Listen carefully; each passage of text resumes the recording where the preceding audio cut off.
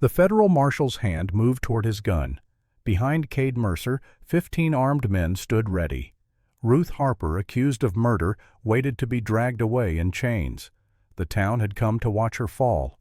Then a rider appeared on the horizon, covered in dust, barely able to stand, carrying papers that would change everything.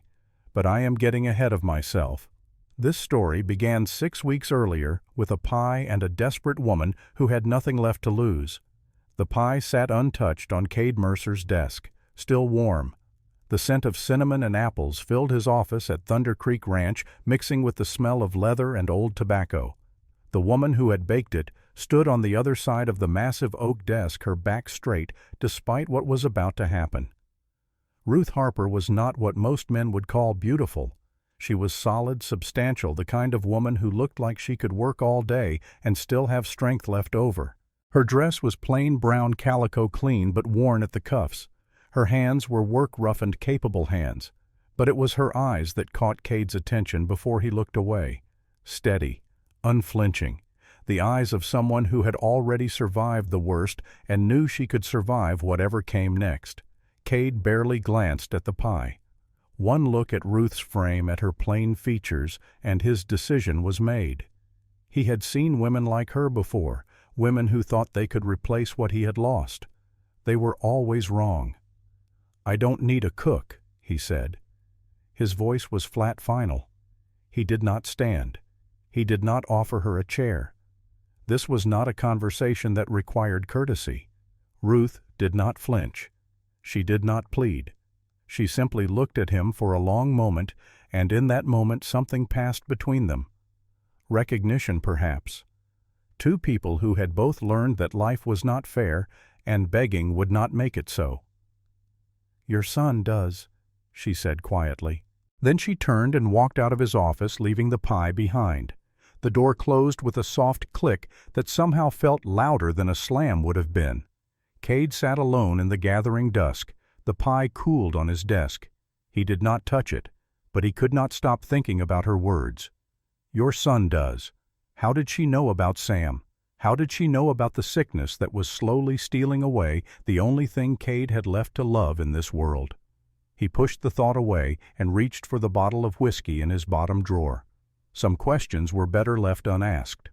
Outside, the September wind carried the first hint of autumn cold. It would be winter soon, and winter in Colorado territory was no place for a woman alone with nowhere to go. But that was not his problem. 2 weeks earlier, the stagecoach arrived in Silverbrook on a Tuesday afternoon, covered in dust from the long journey through the mountains. Ruth Harper stepped down onto the wooden sidewalk with one small carpet bag in her hand and $47 hidden in a pocket sewn into her petticoat. Everything she owned in the world. The driver tossed her trunk down without ceremony. It landed with a thud that made several passers-by turn and stare. Ruth picked it up herself, ignoring the looks. She had learned in St. Louis that waiting for help that would never come was worse than doing things yourself. Silverbrook was smaller than she had hoped. One main street with false-fronted buildings trying to look more substantial than they were.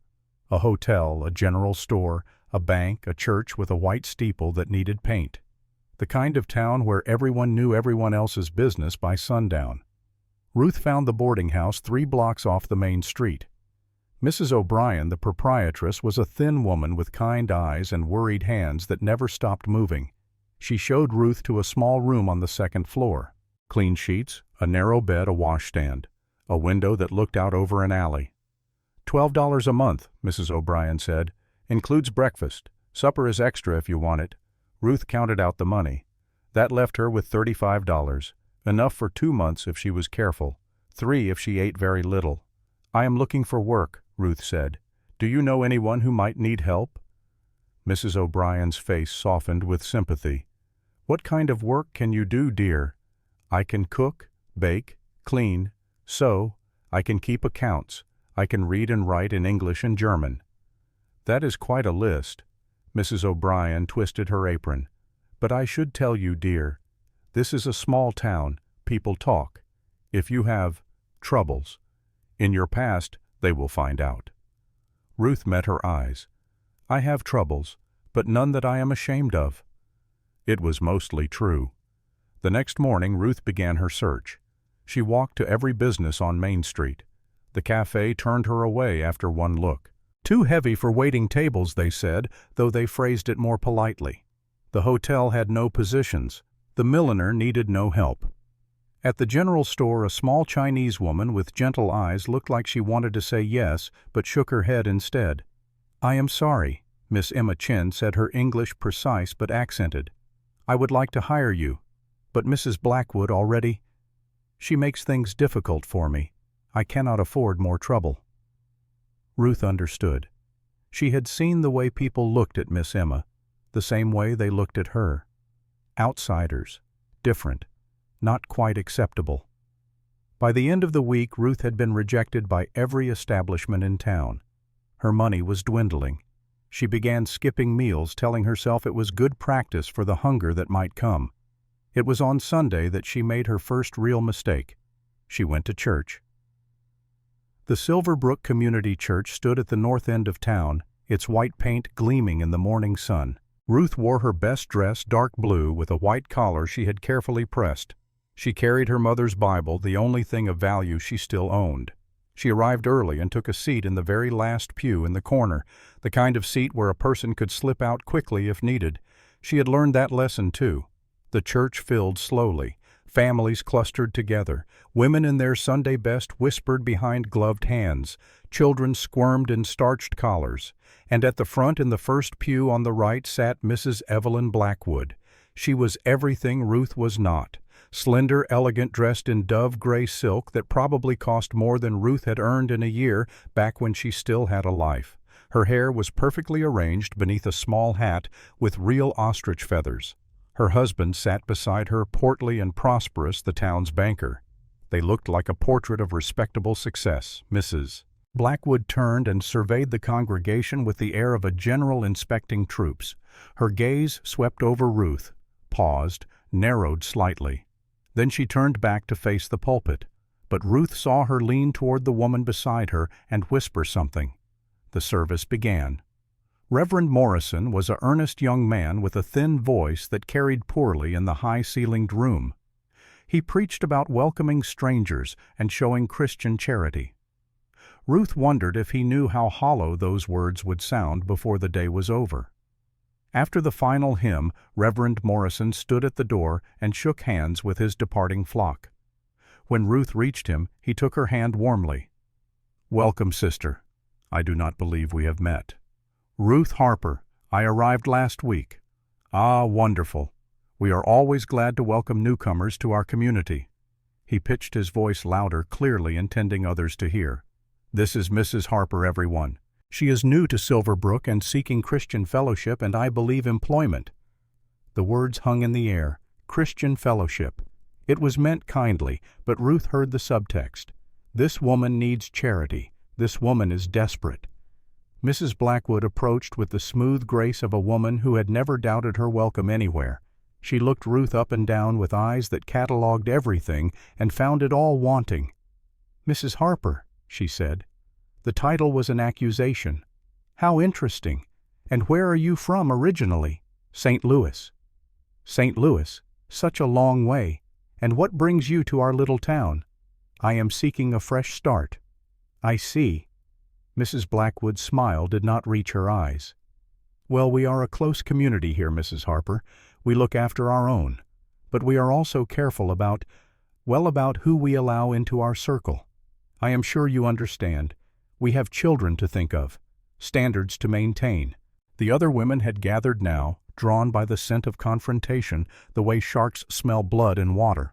They stood in a semicircle, their faces carefully neutral, waiting to see which way the wind would blow. "I understand perfectly," Ruth said quietly. She did. She had understood the moment Mrs. Blackwood looked at her. "Good." Mrs. Blackwood's smile widened. "Now, ladies, shall we adjourn to my home for tea? I have the most delightful cakes from Denver." The invitation was issued to the group. Every woman was included, every woman except Ruth. They filed out together, a river of rustling skirts and knowing glances. Ruth stood alone in the church doorway and watched them go. She could have cried. She could have raged. She could have shouted that she had done nothing wrong, that she was being judged for crimes she never committed. Instead, she lifted her chin and walked back to her boarding house with steady steps. Dignity was all she had left. She would not surrender it for anyone. But someone had witnessed the entire scene. Cade Mercer stood in the shadow of the church's side entrance, waiting for his son to finish Sunday school in the basement. He had seen Ruth arrive alone, seen her take the corner seat, seen the way Evelyn Blackwood orchestrated her public humiliation with the precision of a military campaign. He told himself it was none of his business. The social wars of church ladies had nothing to do with him. He had learned long ago to keep his head down and his opinions to himself. But something about the way Ruth walked away, back straight and head high, stuck with him. He knew that walk. He had walked that way himself 3 years ago when people whispered about whether he should have done more to save his wife, when they questioned his judgment in not taking her to Denver sooner. He knew what it cost to maintain dignity when the world was determined to strip it away. Sam appeared then, clutching a paper with a Bible verse copied in crooked letters. 7 years old and far too serious for his age. The boy who used to laugh at everything now rarely smiled. "Can we go home, Papa?" Cade took his son's small hand. "Yes, son. Let us go home." As they walked to the wagon, Cade found himself thinking about the woman in the last pew, wondering where she would go, what she would do, whether anyone in this town would give her a chance. Then he pushed the thoughts away. He had his own troubles, his own pain, his own son to worry about. 3 days later that resolution crumbled. It was Wednesday afternoon. The town square was busy with people doing their midweek shopping.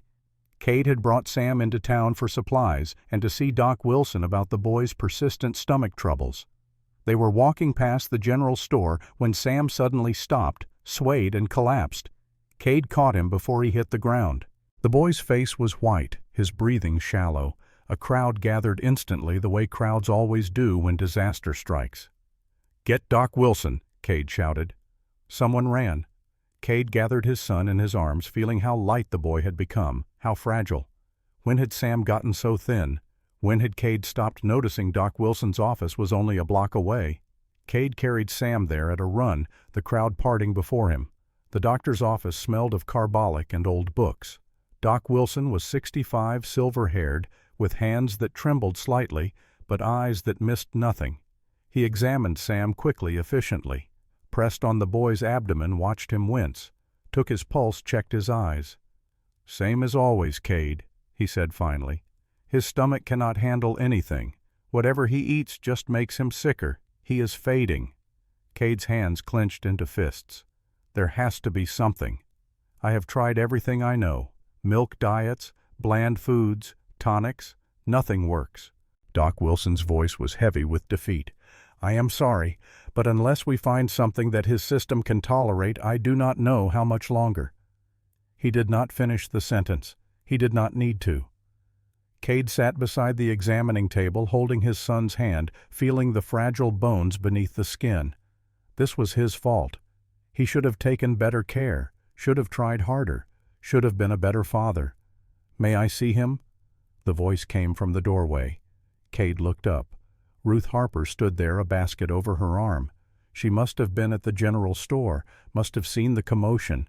She looked at Sam with an expression Cade could not quite read. Concern, yes, but also recognition, as if she knew exactly what she was seeing. "You a doctor?" Cade's voice came out harsher than he intended. "No." Ruth stepped into the room uninvited. "But my mother saved 3 children with digestive illness in our German community, children the doctors had given up on." "Snake oil," Cade said flatly. "No. Science. Specific combinations of foods, certain preparations that aid digestion instead of hindering it." She looked at Doc Wilson. "Have you tried a diet of bone broth, rice water, and fermented cabbage juice?" Doc Wilson blinked. "Fermented cabbage juice. It is used in Germany for centuries, for people whose stomachs cannot process regular food.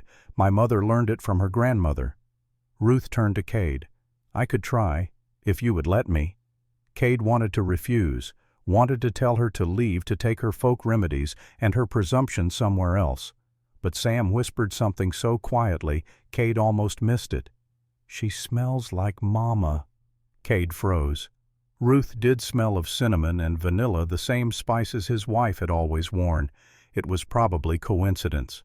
Probably meant nothing, but Sam had not mentioned his mother in months, had not wanted to talk about her, to remember her. And now he was looking at this stranger with something in his eyes that Cade had not seen in a long time. Hope. "No," Cade said.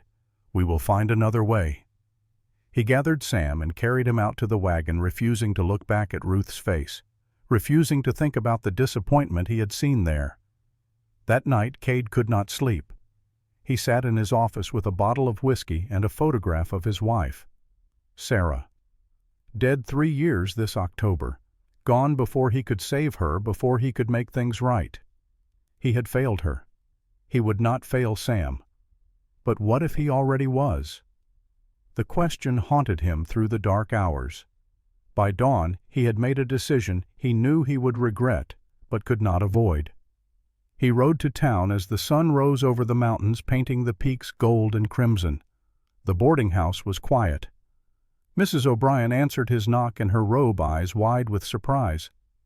"Mr. Mercer, is everything all right? I need to speak with Mrs. Harper, Mrs."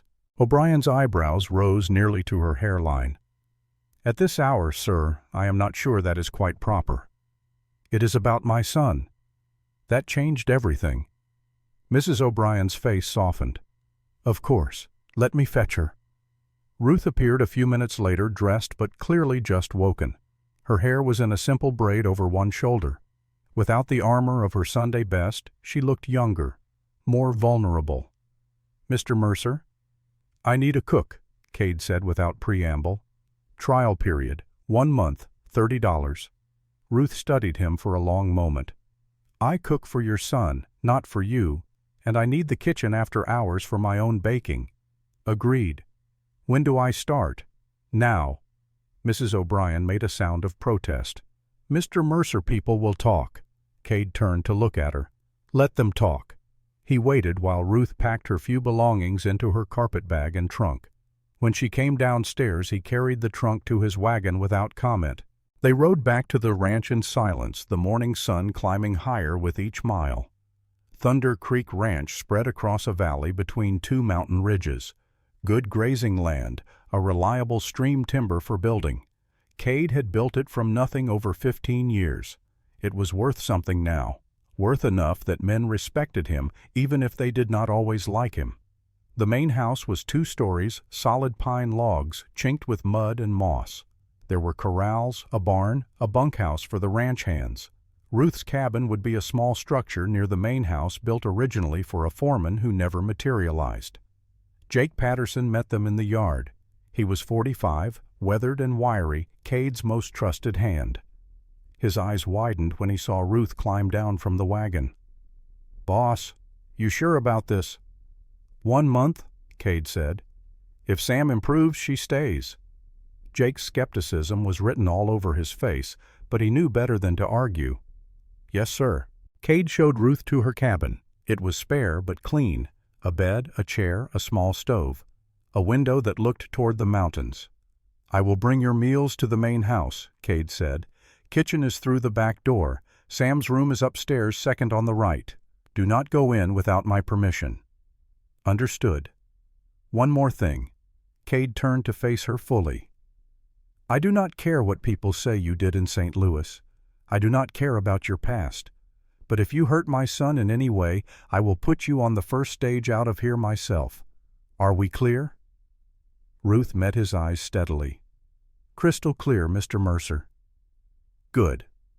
He left her to settle in and went to find Sam. The boy was in the kitchen with Jake picking at a piece of toast he could not eat. When Cade told him about Ruth, Sam's reaction surprised him. "Is she going to try to be my new mama?" "No, she is the cook. That is all." Sam considered this. "Okay."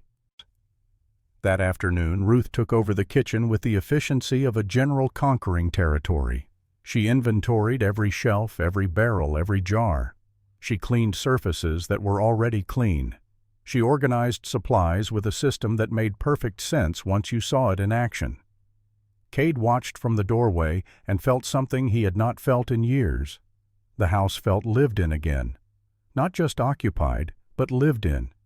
There was a difference, and he had not realized how much he missed it until now. For the first meal, Ruth made something simple. Chicken soup with tiny noodles, fresh bread still warm, apple compote sweetened with honey. She set the table in the dining room that Cade had not used since Sarah died, laying out plates and napkins as if this were a normal family dinner. Cade and Sam sat down across from each other. Ruth served them and then retreated to the kitchen. "She is not eating with us," Sam asked. "She is the help. She eats in the kitchen." Sam frowned but said nothing.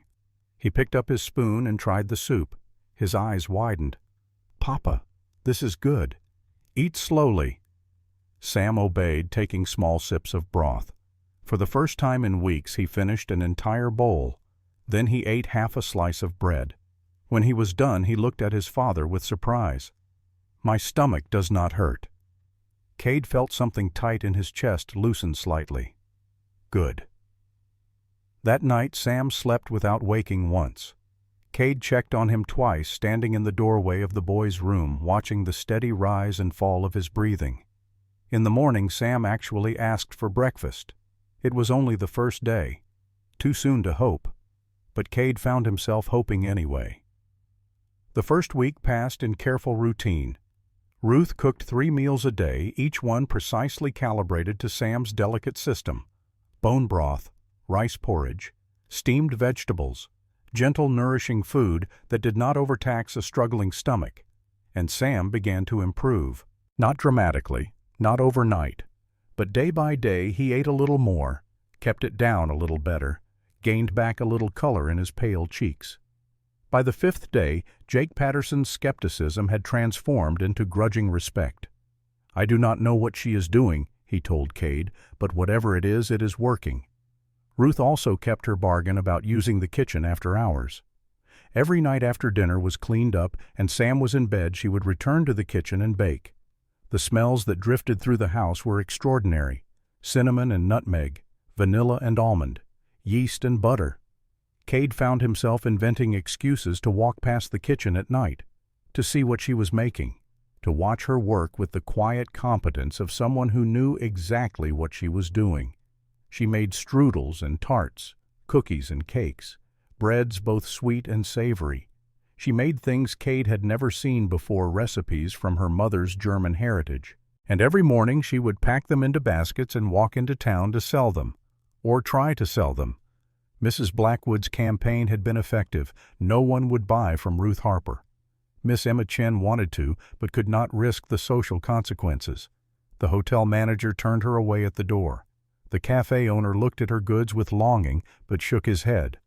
Ruth came back each day with full baskets and empty pockets, but she never complained, never showed defeat. She simply went back to the kitchen and baked again. On Sunday the test came.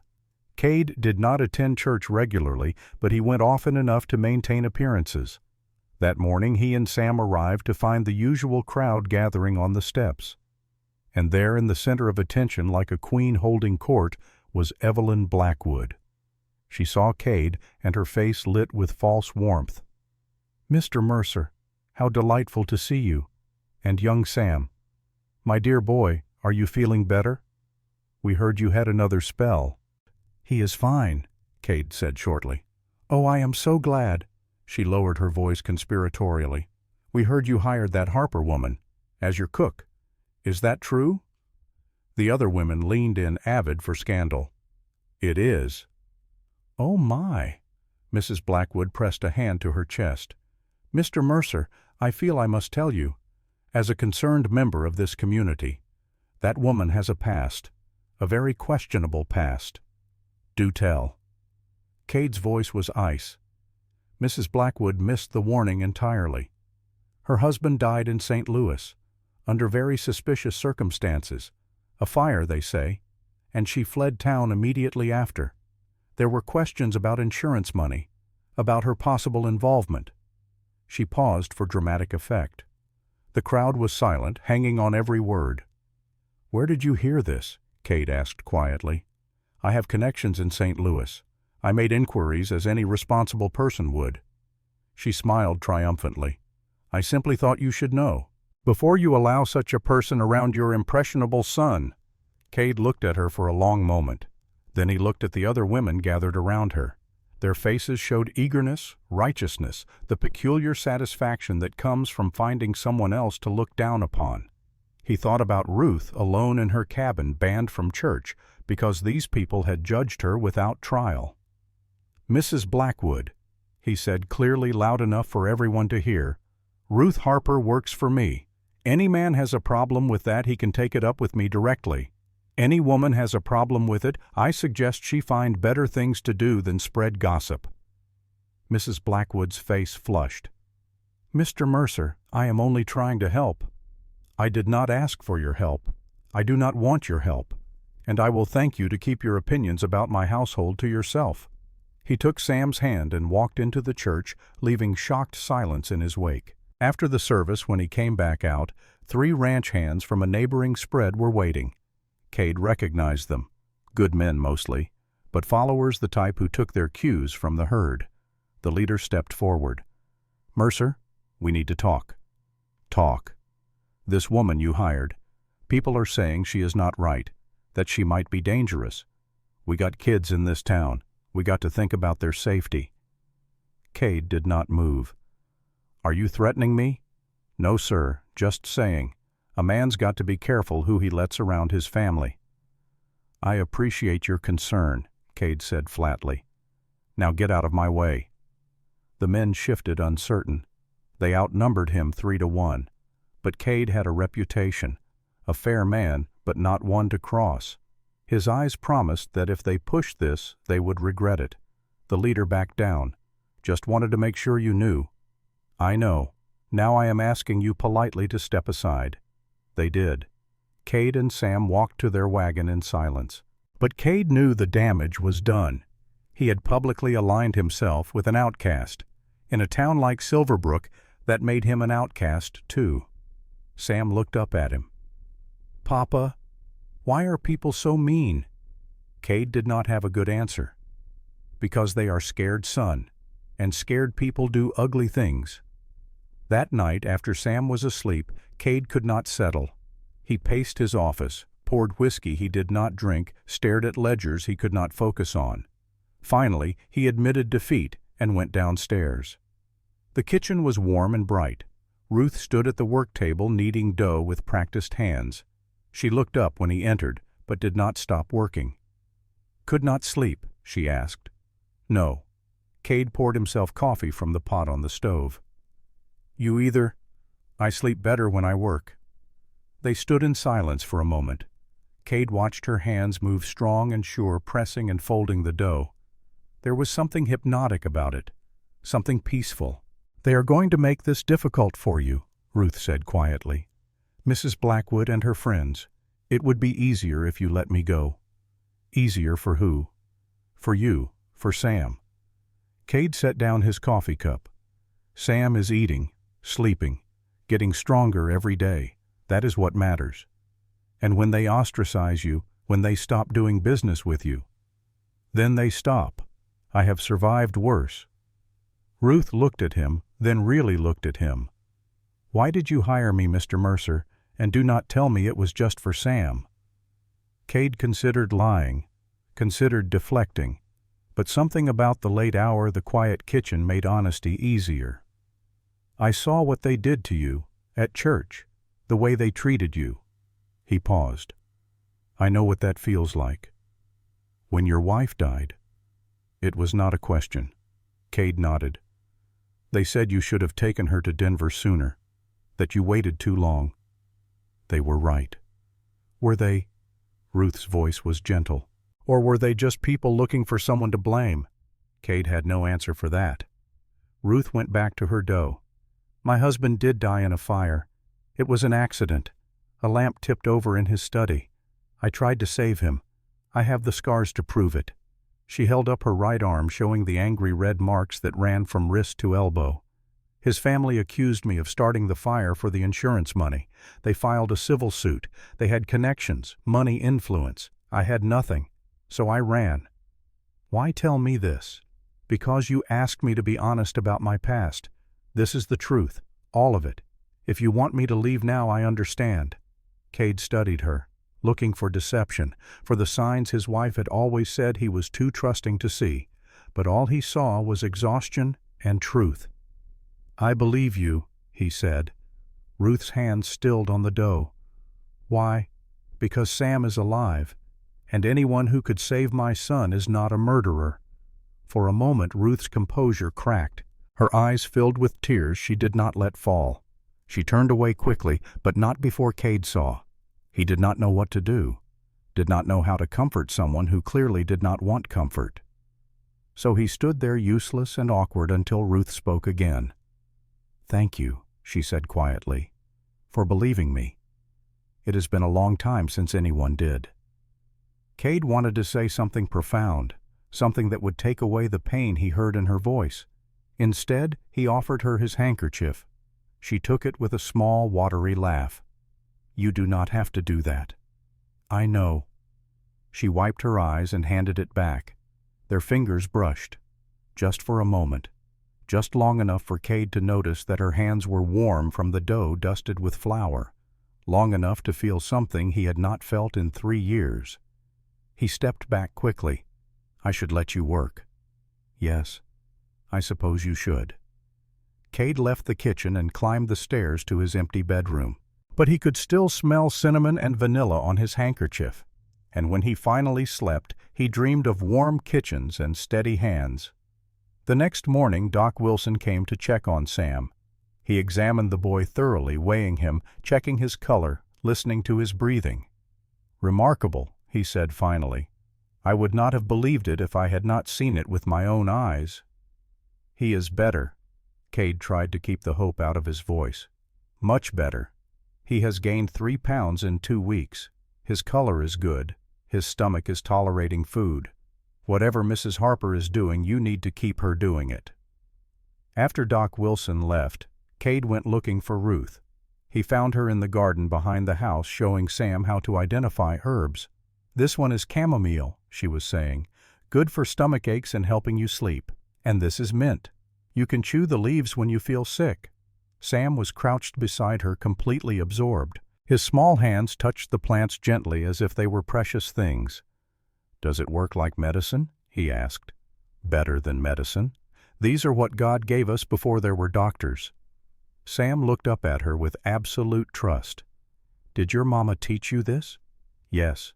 She said a woman who can grow her own medicine never has to be afraid. Was she scared a lot? Ruth paused. When she answered, her voice was soft. Sometimes. We all are sometimes. But being scared is not the same as giving up. Cade cleared his throat. They both looked up startled. Papa? Miss Ruth is teaching me about plants. I see that. Ruth stood brushing dirt from her skirt.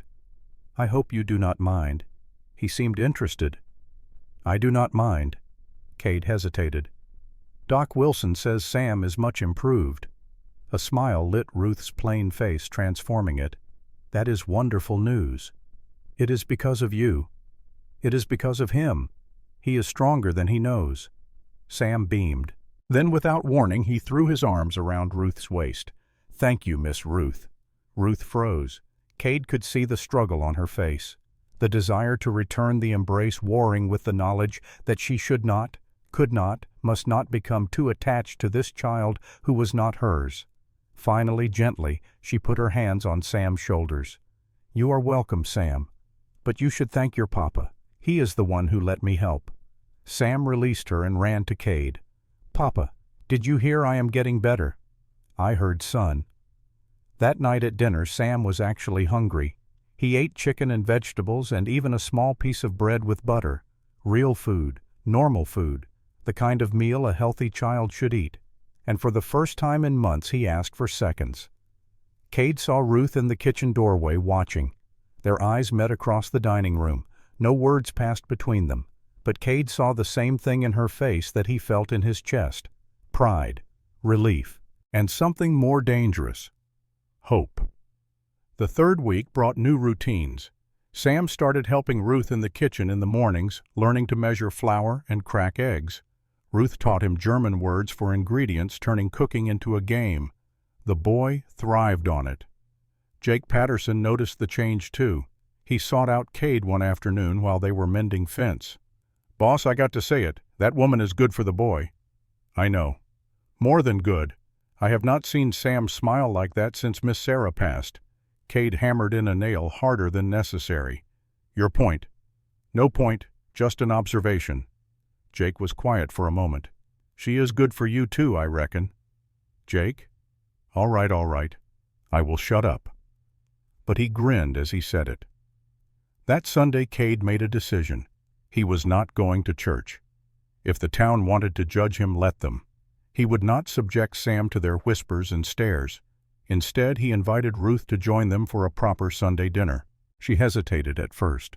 "Mr. Mercer, I am the help. It would not be appropriate." "You eat in the kitchen every night. One meal with us will not scandalize anyone who is not already scandalized." "But Sam has been asking why you do not eat with us. I am tired of not having a good answer." So Ruth set 3 places at the table. She made roast chicken and root vegetables, fresh bread and cherry pie. They sat down together like a family. Sam chattered through the meal, telling stories about the ranch hands and the new calf in the barn. Ruth listened with patient attention, asking questions, laughing at his jokes. Cade watched them and felt something shift in his chest. This was what he had lost when Sarah died. Not just a wife, but this: the warmth of family, the sound of laughter, the simple pleasure of sharing a meal with people you cared about. After dinner, Sam asked if he could be excused to play with his wooden horses. Cade nodded. The boy ran off, leaving Cade and Ruth alone at the table. "He is a good child," Ruth said. "You should be proud." "I am, though I cannot take much credit. Sarah did most of the raising before she passed. You can say it, Mr. Mercer. Death is not a forbidden word." Cade looked at her. "You lost your husband. How do you talk about it so easily?" "Easily." Ruth smiled without humor. "There is nothing easy about it, but I learned that if I could not say the words out loud, they would eat me alive from the inside." "And do they eat you alive?" "Some days." She was quiet for a moment. "Other days I remember that I survived. That survival is its own kind of victory." Cade wanted to ask more, wanted to know her story, all of it, every detail. But the moment felt too fragile, so instead he asked a different question. "Why did you come to Silverbrook? Of all the places you could have gone, why here?" Ruth considered. "It was far enough, small enough that I thought I could disappear. I did not count on Mrs. Blackwood being quite so thorough in her investigations." "She is a terror." "She is frightened." Cade blinked. "Frightened of losing control, of the town changing, of people like me coming in and disrupting the order she has spent years establishing." Ruth traced a pattern on the tablecloth. "I almost pity her." "You are kinder than I am." "No, just more experienced with being the outsider." They sat in comfortable silence for a few minutes. Then, without thinking, Cade reached across the table. His hand covered hers. Ruth looked down at their joined hands, then up at his face. "Mr. Mercer." "Cade. My name is Cade." "Cade." She tried it out. "You should not." "I know. I am sorry." But he did not pull his hand away. "I just wanted you to know. You are not alone anymore." Ruth's eyes filled with tears for the second time since she had arrived. "You barely know me." "I know enough." She pulled her hand back gently. "You know what you want to know, what you need to believe. But there is more to my story. Pieces I have not told you." "Then tell me." "Not yet. Not until I am sure you are ready to hear them." Before Cade could respond, Sam called from the other room. "Papa can. Miss Ruth read me a story." The moment broke. Ruth stood smoothing her skirt. "I should go." "Ruth." She paused at the door. Whatever those pieces are, they will not change what I see when I look at you. You cannot promise that. No, I suppose I cannot, but I can promise I will listen." Ruth looked at him for a long moment. Then she smiled, small but genuine. "That is more than most men would offer." She went to read to Sam, leaving Cade alone with his thoughts and the ghost of warmth where her hand had been. That night, as Cade lay in bed, he admitted something to himself that he had been avoiding for weeks. He was beginning to care for Ruth Harper. Not just appreciate her skill or be grateful for her help with Sam. Actually care. The way a man cares for a woman. It terrified him. Sarah had been his whole world. When she died, he thought that part of him died too. The part that could love. The part that could hope. But Ruth was bringing it back to life, and he did not know if he was ready for that. In her cabin, Ruth lay awake too. She thought about Cade's hand on hers, about the way he looked at her sometimes when he thought she was not paying attention. She wanted to believe it could mean something, but she knew better. Men like Cade Mercer did not choose women like her, not when they had options, not when they were good men who could have anyone. He was being kind, grateful, nothing more. And when the truth came out, when he learned the full story of what happened in St. Louis, he would understand why she could never be anything more than his cook. She pulled the quilt up to her chin and told herself she was grateful for what she had. A job, a roof, a chance to help a child who needed her. Asking for more would be greedy. But sometimes in the dark hours before dawn, she let herself imagine what more might feel like. And it felt like Cade's hand covering hers, like Sam calling her name, like belonging somewhere after years of running. It felt like home, and that she knew was the most dangerous feeling of all. The fourth week brought a fragile peace. Ruth's position at the ranch seemed secure. Sam continued to thrive under her care. The town's hostility had not lessened, but it had become predictable, manageable.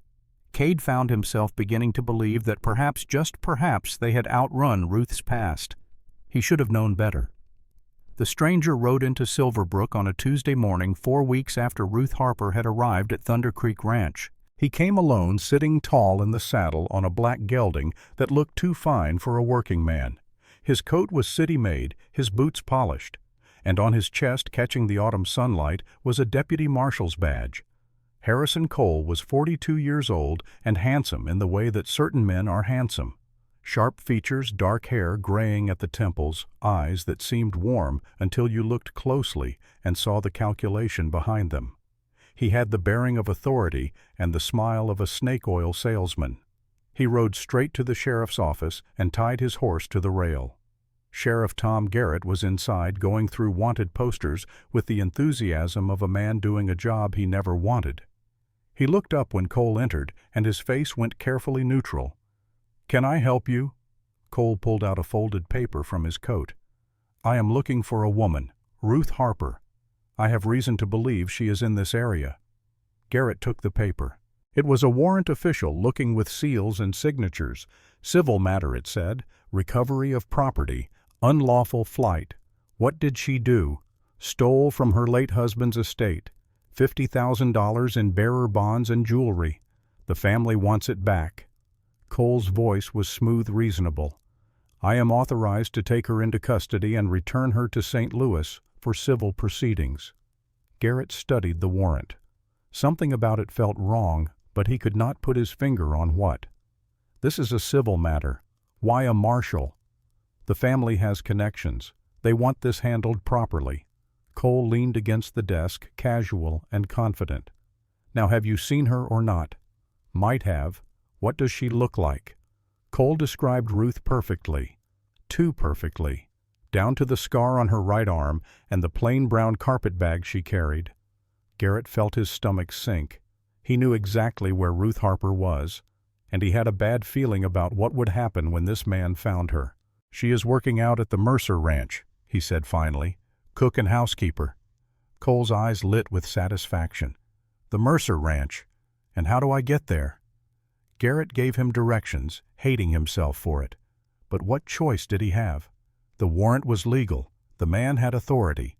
and Garrett was just a small-town sheriff who knew better than to stick his neck out for people he barely knew. After Cole left, Garrett sat alone in his office and tried to tell himself he had done the right thing. But his hands shook as he poured himself a drink, and the whiskey tasted like cowardice. At Thunder Creek Ranch, the morning had started like any other. Ruth was in the kitchen making breakfast while Sam helped her set the table. The boy had gained weight, filled out, started looking like a healthy child again instead of a fragile ghost. He chattered constantly now, making up for months of silence. "Miss Ruth, can we make cookies today? The kind with the jam in the middle." "We will see. First, you need to finish your arithmetic lessons with your father." "But arithmetic is boring." "So is starving because you cannot count your money." Ruth smiled at him. "Your mother would want you to learn." The mention of Sarah no longer brought the sharp pain it once had.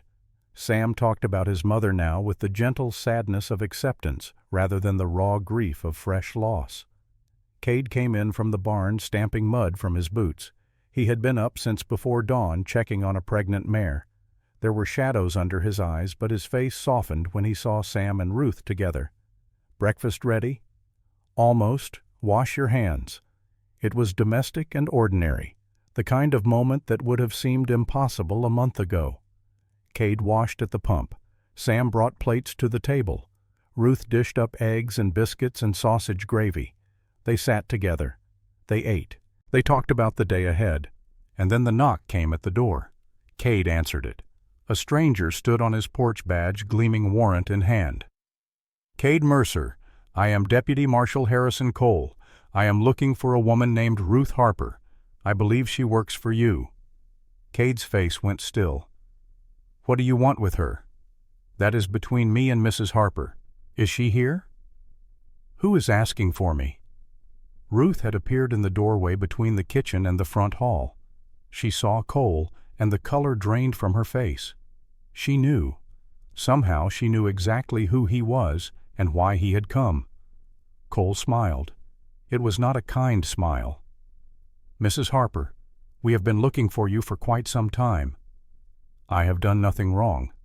"That is for a court to decide." Cole held up the warrant. "You are wanted in St. Louis for theft and unlawful flight. I am authorized to take you into custody." "No." Cade stepped between them. "You are not taking her anywhere." Cole's smile widened. "Mr. Mercer, I appreciate your concern. But this is a legal matter. You can interfere and face charges yourself, or you can step aside and let me do my job." "Let me see that warrant." Cole handed it over. Cade read it carefully, looking for any flaw, any loophole. But it looked legitimate. Official seals, proper signatures, a judge's stamp.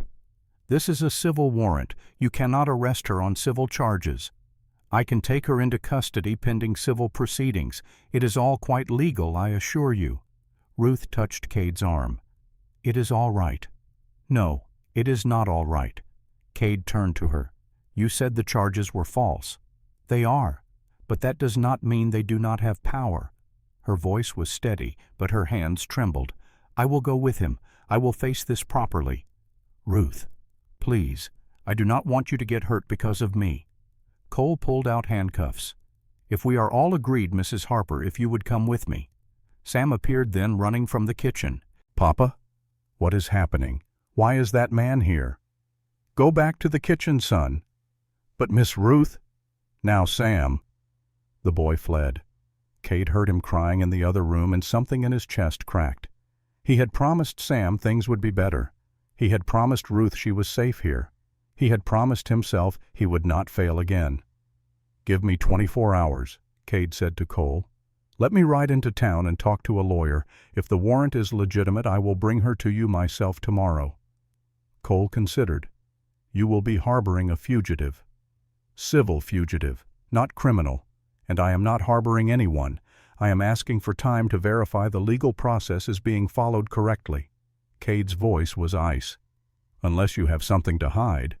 It was a gamble, but Cole was smart enough to know that dragging Ruth out by force would turn public opinion against him. Better to seem reasonable, cooperative. 24 hours.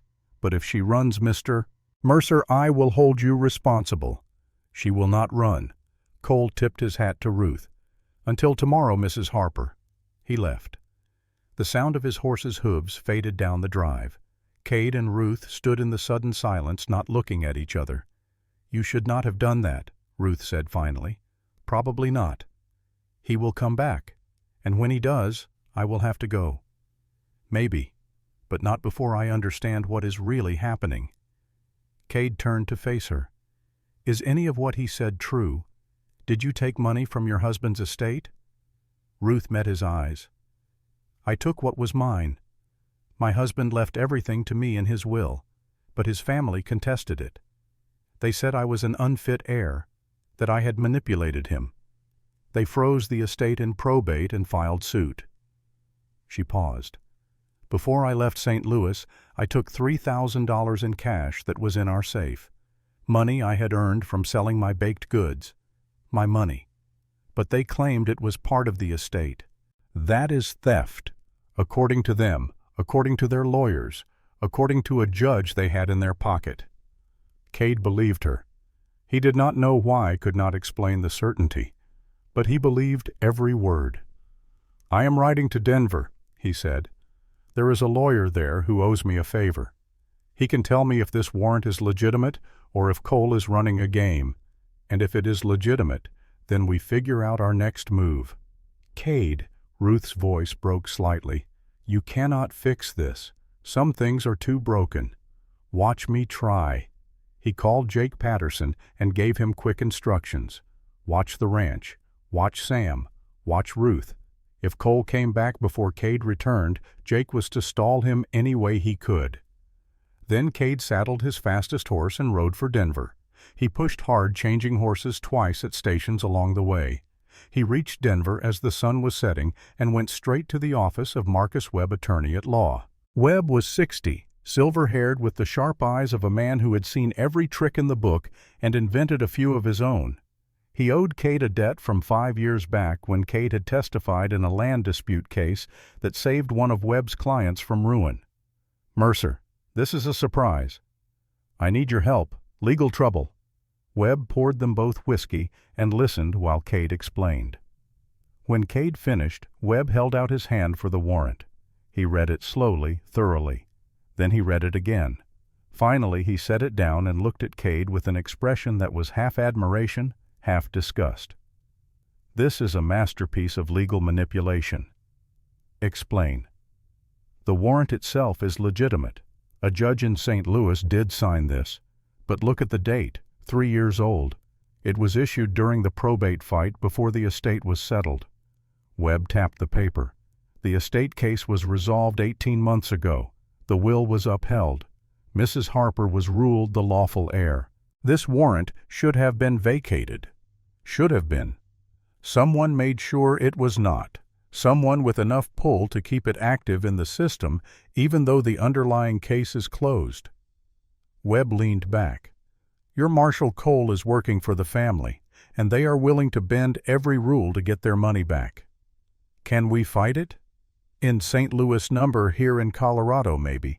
We can file for a writ of habeas corpus, challenge the warrant's validity, argue that it is being enforced in bad faith. Webb paused. But that takes time, weeks, maybe months, and in the meantime, they can hold her. Cade felt rage building in his chest. So she is trapped. Unless, Webb smiled slowly, unless we can prove the warrant was obtained through fraud, that would invalidate it immediately. How do we prove that? We would need evidence, documents, testimony, something that shows the family knew the estate case was settled and deliberately kept the warrant active anyway. Where would we get that, Chief? St. Louis. You would need someone on the ground there, someone who knows how to dig through court records and ask the right questions. Cade thought fast. How long would that take? If you had the right person, 2 weeks, maybe less. And in the meantime, Mrs. Harper stays put, does not run, does not give them any excuse to claim she is fleeing justice. Webb refilled their glasses. Can she do that? Can she stay calm while this plays out? Cade thought about Ruth's steady hands and unbending spine. Yes, she can do that. Then you have a chance, a small one, but a chance. Cade rode back to Thunder Creek through the night, arriving as dawn broke over the mountains. He was exhausted, filthy, and running on fury and coffee. But he had a plan. Ruth was waiting for him on the porch. She had not slept either. He could see it in her face. Well?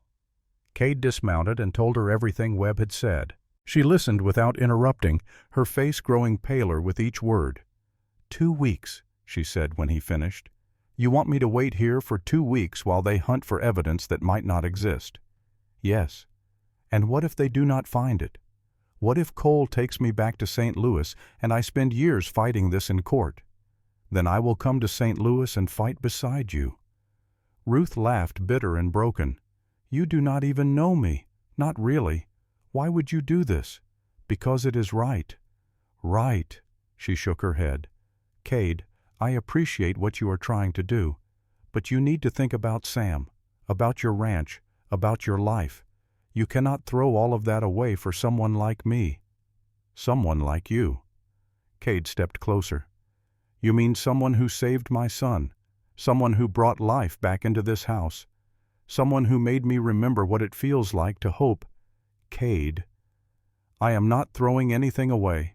I am fighting for something worth keeping. He did not touch her, did not cross the line that still existed between employer and employee, between gratitude and something more. But the words hung in the air between them, heavy with meaning. Ruth closed her eyes. When she opened them, they were wet with tears she refused to let fall. I cannot let you do this. You cannot stop me. Before she could respond, Sam came running out of the house. He had been awake too, listening from his window. Papa, you are back. Did you fix it? Can Miss Ruth stay? Cade knelt down to his son's level. I am working on it, son, but it might take some time. How much time? A few weeks. Sam's face crumpled. But what if the bad man takes her away? He will not. I promise. It was a promise Cade had no right to make. But looking at his son's frightened face, at Ruth's exhausted eyes, he made it anyway. Sam threw his arms around Ruth's waist. Please do not go, Miss Ruth. Please. Ruth's carefully maintained composure finally shattered. She knelt down and hugged Sam properly, fiercely, the way a mother hugs a child she loves. I am not going anywhere, she whispered. Not if I can help it. But over Sam's head her eyes met Cade's, and he saw the truth she was trying to hide. She did not believe it, did not believe they could win, did not believe she deserved to be saved. That was when Cade made his second decision. He would prove her wrong, no matter what it took. The next day, Cole returned. Cade met him at the property line, blocking the road with his horse. Mrs. Harper is staying. Cole's friendly mask slipped slightly. Mr. Mercer, we had an agreement. I consulted with a lawyer. The warrant is questionable. We are challenging it. You cannot challenge a legal warrant. Watch me. Cade did not move. You want to take her, you will need to go through me first, and then my ranch hands, and then half the men in this valley who do not take kindly to city marshals throwing their weight around. It was mostly bluff. Cade did not know if any other men would stand with him, but Cole did not know that either. Cole studied him for a long moment. Then he smiled, and this time it was genuinely amused. You are making a mistake, Mercer. Probably, but it is my mistake to make. You know what they will say. A widower defending a woman accused of murder. People will talk. Let them talk. Cole shook his head. I will be back, with reinforcements if necessary.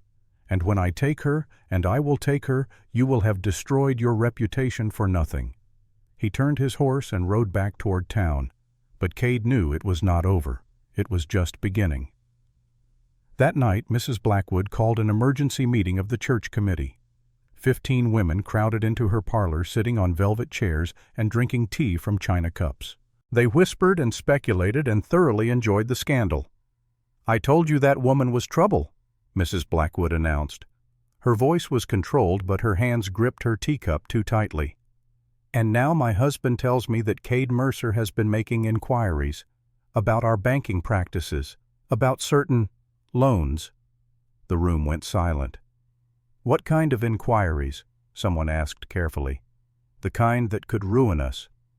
Evelyn set down her cup with a sharp click.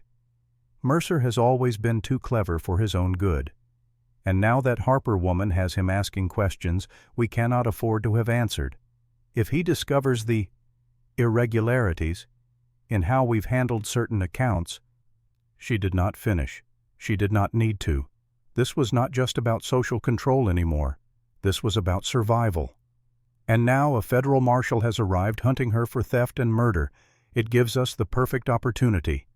Mrs. Blackwood's voice hardened. We are going to protect this community, starting with a petition. We will demand that the town council revoke any business licenses for Mrs. Harper. We will refuse service to anyone who supports her, and we will make it very clear that Mr. Mercer's association with this woman makes him unwelcome in polite society. What are we going to do? Someone asked. We are going to protect this community, starting with a petition. Mrs. Blackwood's eyes glittered. We will demand that the town council revoke any business licenses for Mrs. Harper. We will refuse service to anyone who supports her, and we will make it very clear that Mr. Mercer's association with this woman makes him unwelcome in polite society. Miss Emma Chin, who had been invited despite being barely tolerated, spoke up. That seems harsh, Evelyn. We do not even know if the charges are true. The marshal says they are true. That is good enough for me. Since when do we trust government officials without question? Miss Emma's voice was mild, but her eyes were sharp. I seem to remember you questioning the land office about boundaries for 5 years. Mrs. Blackwood's face flushed. That was different. Was it? Or are you simply using this as an excuse to drive out someone you have decided does not belong? The room went silent. No one spoke to Evelyn Blackwood that way. No one dared. Emma Chin, if you cannot support this community's values, perhaps you should leave. Perhaps I should. Emma stood with dignity. But before I do, let me say this. Ruth Harper has done nothing to any of you except exist. She works hard. She keeps to herself. She has helped a sick child get well, and for that you want to destroy her. She looked around the room. My people came to this country with nothing. We were told we did not belong. Some of you have ancestors who were told the same thing. And yet here you sit doing to someone else exactly what was done to you. She left. The door closed quietly behind her. Mrs. Blackwood recovered quickly. Well, that tells you everything you need to know about divided loyalties. Now who will sign the petition? Every hand went up. Word spread fast in a small town. By the next morning everyone knew about the petition, about Cole's warrant, about Cade's defiance.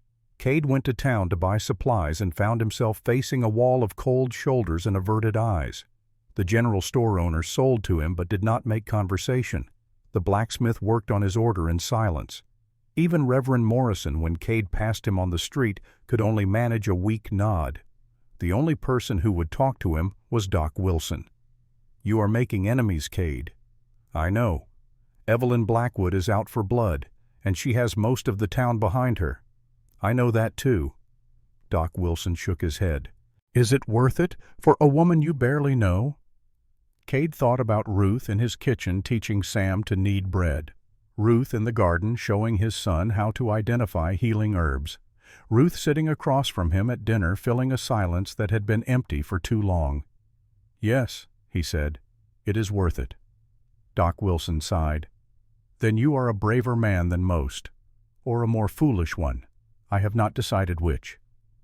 Back at the ranch, Ruth was dealing with her own crisis. Sam's stomach trouble had returned, not as severe as before, but enough to worry her. The boy had eaten something that disagreed with him, or perhaps the stress of the situation was affecting him. Either way, he was in pain. Ruth made him her special tea, the one with chamomile and ginger and a touch of honey. She held the cup to his lips and coaxed him to drink, but this time it did not help as quickly. By evening, Sam was worse. Cade came home to find Ruth sitting beside his son's bed, her face drawn with worry. How long has he been like this? Since afternoon. I have tried everything I know. Nothing is working. Cade felt the old fear return, the helpless terror of watching his child suffer and being unable to stop it. Should I get Doc Wilson? He cannot do anything I have not already done. Then what do we do? Ruth was quiet for a long moment. When she spoke, her voice was barely above a whisper. There is something else. A recipe my mother used only in the most severe cases. It is powerful, dangerous if done wrong, but it works. Then do it. Cade, you do not understand. The ingredients are specific, rare. Some of them I would need to grow myself, and I have not had time to establish a proper garden here. What do you need? She told him. Some items were common enough, others would require a trip to Denver or beyond. One plant grew only in certain alpine meadows and only at certain times of year. I will find them, Cade said. Whatever you need. It could take weeks. Then we have weeks. Sam might not have weeks. Cade's hands clenched into fists. Tell me what to do. Ruth made a decision. She went to her cabin and returned with a small leather journal. It was old-worn, the pages covered in careful German script. This was my mother's, her remedies, her recipes. She opened it to a page near the middle. This one. It saved 3 children when I was young, children the doctors said would die. Cade looked at the recipe. He could not read German, but he recognized some of the Latin names for plants. How long will it take you to make this? If I had the ingredients, a few days. The fermentation process cannot be rushed. And without the ingredients, it cannot be made at all. Sam moaned in his sleep. The sound cut through Cade like a knife. There has to be another way. Ruth looked at the journal in her hands. Then she looked at Sam. Then, with visible reluctance, she made a choice. There might be, but you will not like it. Tell me. Before I left St. Louis, I made a batch of this medicine, a large batch. I brought some with me hidden in my trunk. I was saving it. In case... She trailed off. In case what? In case I needed to prove my worth. To someone who mattered. To someone who might protect me if things went bad. She met his eyes. I was going to use it as a bargaining chip, to show I had value beyond cooking and cleaning. Cade understood. She had been planning for survival, making sure she had something to trade when the world came hunting. How much do you have? Enough for maybe 6 doses. Enough to cure Sam completely if we start now. Then start now. Cade. Her voice was pained. If I use it on Sam, I have nothing left. No leverage, no proof of my skills. When Cole comes back, when this goes to court, I will have no way to demonstrate that I am anything more than a common thief. It was the truth, stark and brutal. She was asking him to choose. Sam's health or her freedom. Cade did not hesitate. Save my son. But save him. We will figure out the rest later. Ruth's eyes filled with tears. You would really choose Sam over any chance of winning my case? Every single time. She nodded once, sharp and decisive. Then she went to her cabin and returned with a small brown bottle. The medicine inside was dark, thick, aromatic. She gave Sam the first dose that night. For the first hour, nothing happened. Then Sam began to sweat. His breathing grew rapid. Ruth stayed by his bedside, monitoring every change with fierce concentration. Is this normal? Cade asked, trying to keep the fear from his voice. Yes. The medicine works by purging the toxins. It will get worse before it gets better. But her hand trembled as she pressed a cool cloth to Sam's forehead. By midnight, Sam was shaking with fever. Cade wanted to send for Doc Wilson, wanted to stop this treatment that seemed to be killing his son. But Ruth's steady confidence held him back. Trust me, she whispered. Please, just a few more hours. Dawn came. The fever broke. Sam's breathing eased. Color began to return to his cheeks. By evening he was sitting up and asking for food. By the 3rd day he was completely recovered, stronger than he had been in months. By morning the boy's color was better. By evening he was sitting up and asking for food. In 3 days he was completely recovered, and Ruth's last bargaining chip was gone. Cade sent word to Webb in Denver explaining what had happened. Webb's response was blunt. Without proof of Ruth's expertise, without something tangible to show she was more than the accusations claimed, their case became significantly weaker. But Cade did not regret it, not for a second. Ruth, however, withdrew into herself. She cooked and cleaned and cared for Sam with the same competence as before. But something had changed. She no longer sat with them at dinner, no longer met Cade's eyes, no longer allowed herself even the smallest hope. "You are angry," Cade said one night, finding her in the kitchen long after everyone else had gone to bed.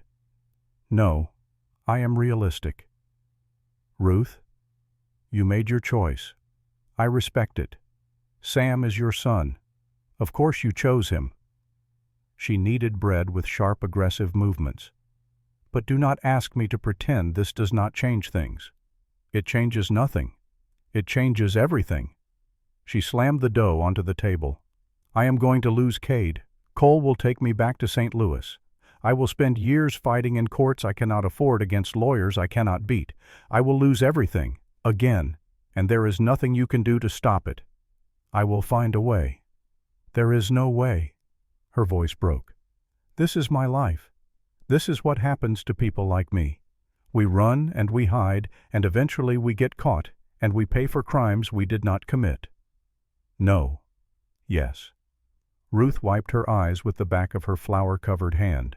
"I should never have come here, should never have let myself care about you or Sam or this place. All I did was make it hurt worse when I have to leave."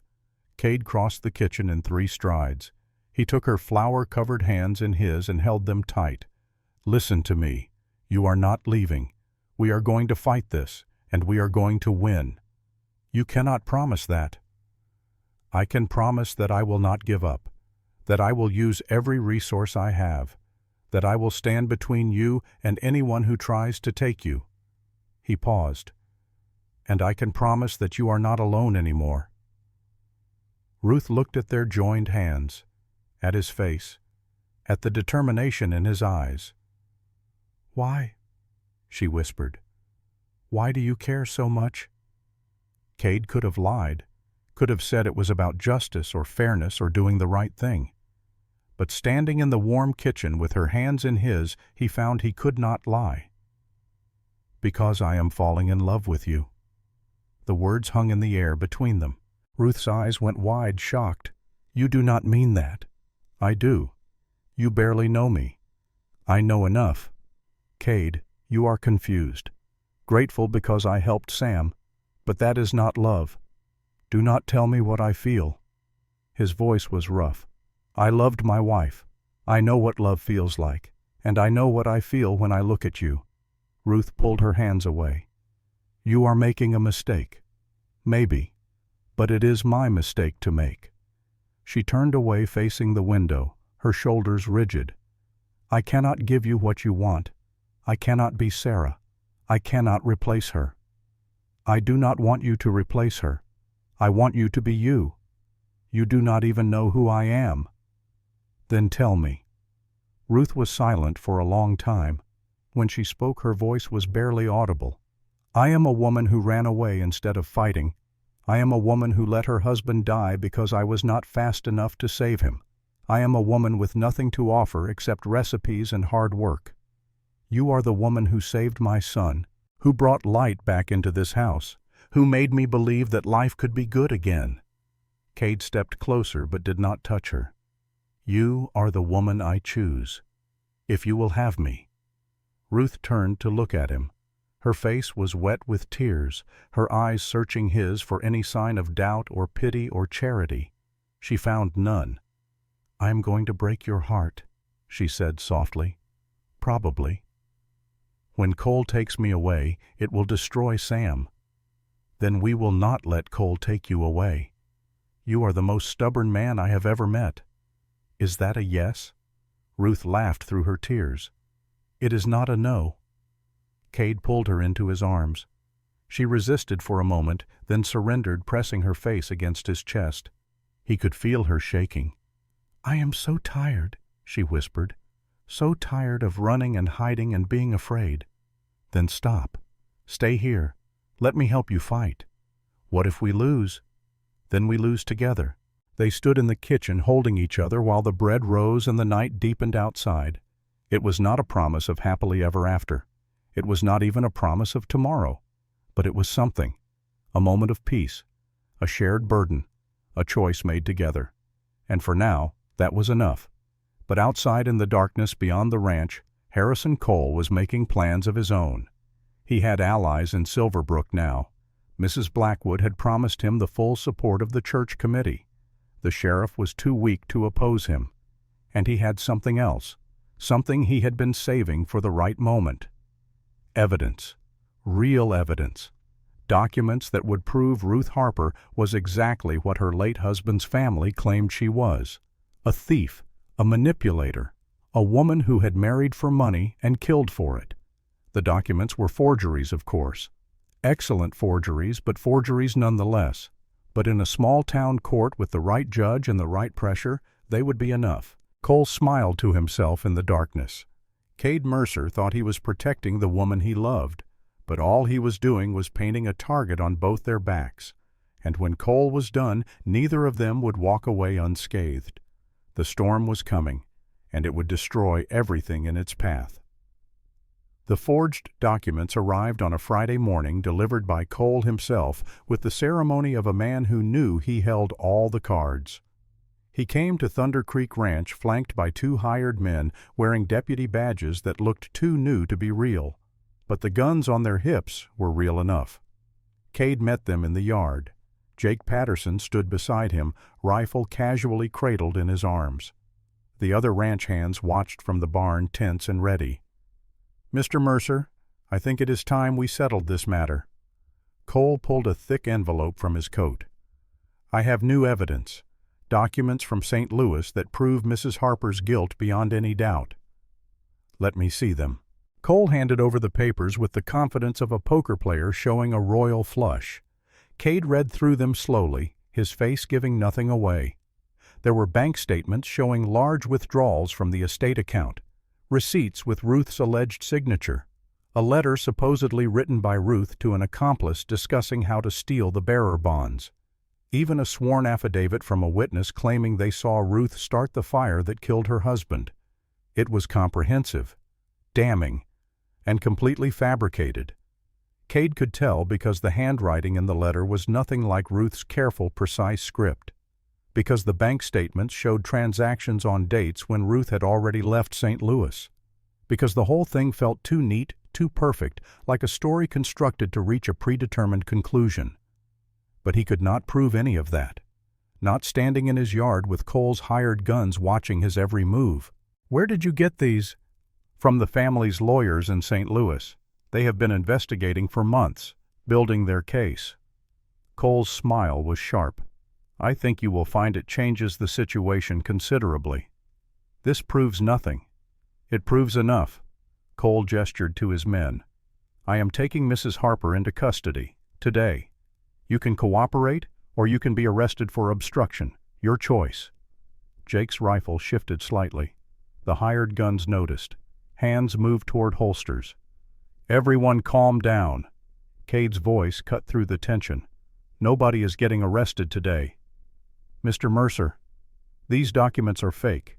Any fool can see that, and I will prove it." Cade met Cole's eyes.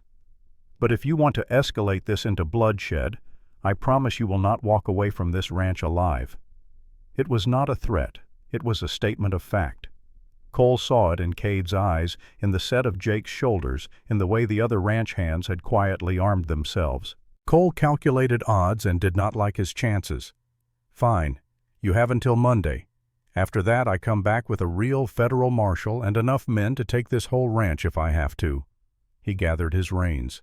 "Enjoy your weekend, Mercer. It is the last peaceful one you will have." They rode off, leaving dust and dread in their wake. Ruth had watched the entire confrontation from the kitchen window. When Cade came inside, she was sitting at the table, her face pale but composed. "How bad is it?" Cade showed her the documents. She read through them with growing horror. "These are lies. All of it. I never wrote that letter. Those are not my signatures. I was not even in St. Louis on these dates." "I know. But can you prove it?" Cade sat down across from her. Not yet, but we have until Monday. 3 days. Ruth laughed bitterly. 3 days to undo months of careful planning by people with unlimited resources and no conscience. We will find a way. Cade, she reached across the table and took his hand. I need you to promise me something. Anything.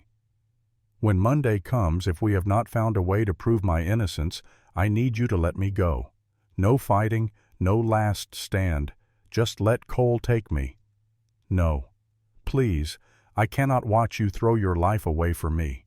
I cannot watch Sam lose another parent because you were too stubborn to surrender. I am not letting you go. You have to, for Sam's sake, for your own sake. Her grip tightened. Promise me. Cade wanted to refuse, wanted to tell her that he would fight to his last breath, but looking into her eyes, seeing the desperation there, he could not. I promise. He lied. Ruth knew he was lying, but did not call him on it. Instead, she stood and went back to her work, kneading bread with the fierce concentration of someone trying to outrun their thoughts. That afternoon, Cade rode into Silverbrook. He needed to see Sheriff Garrett to understand what Cole's next move might be. But what he found in town was worse than he expected. The petition Mrs. Blackwood had circulated now had over 200 signatures. It was posted on the door of the church, the general store, the hotel. A public declaration that Ruth Harper was unwelcome and anyone who supported her would face social and economic consequences. Businesses that had once been friendly now turned Cade away. The blacksmith refused his order. The feed store clerk claimed they were out of stock on items Cade could see sitting on the shelves. Even Reverend Morrison crossed the street to avoid speaking to him. The only person who would talk to Cade was Miss Emma Chen. She found him outside the general store, standing in the street like a man trying to figure out where he belonged. Mr. Mercer, I am sorry about all of this. Not your fault. I tried to speak against it, to tell people they were making a mistake. Emma's face was sad. They did not listen. They never do. There is something you should know. Emma glanced around to make sure no one was listening. Mrs. Blackwood has been meeting with Cole several times, in private, at the bank. Cade's attention sharpened. The bank, her husband's bank. I saw them through the window when I was walking past. They looked very friendly, very conspiratorial. What were they discussing? I could not hear, but I saw Cole hand Mr. Blackwood some papers, and Mr. Blackwood looked very pleased. Cade's mind raced.